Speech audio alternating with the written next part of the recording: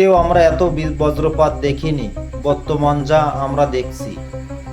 একটু মৃদু আকাশ দেখলেই অন্য কোনো আশ্রয়ে আপনারা একটু সাবধানে থাকবেন, কারণ বজ্রপাত দিনে দিনে বেড়ে যাচ্ছে। অতিরিক্ত মাত্রায় বজ্রপাত হচ্ছে, অনেক মানুষের প্রাণও চলে যাচ্ছে। গাছপালা তরুলতা কোথাও বাদ যাচ্ছে না এই বজ্রপাত।